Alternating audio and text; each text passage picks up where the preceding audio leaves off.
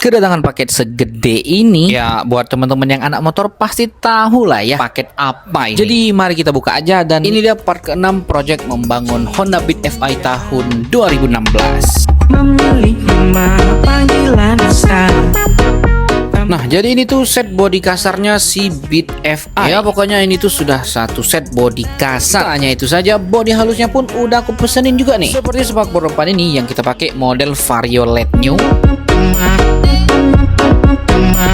Dan tentu saja bagian batok depan, bodi depan, serta bodi samping yang masih dalam kardus ini nih.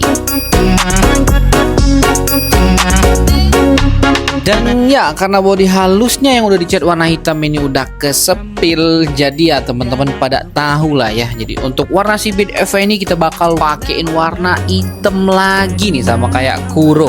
Jadi yang nggak pakai lama, langsung aja guys kita pasang.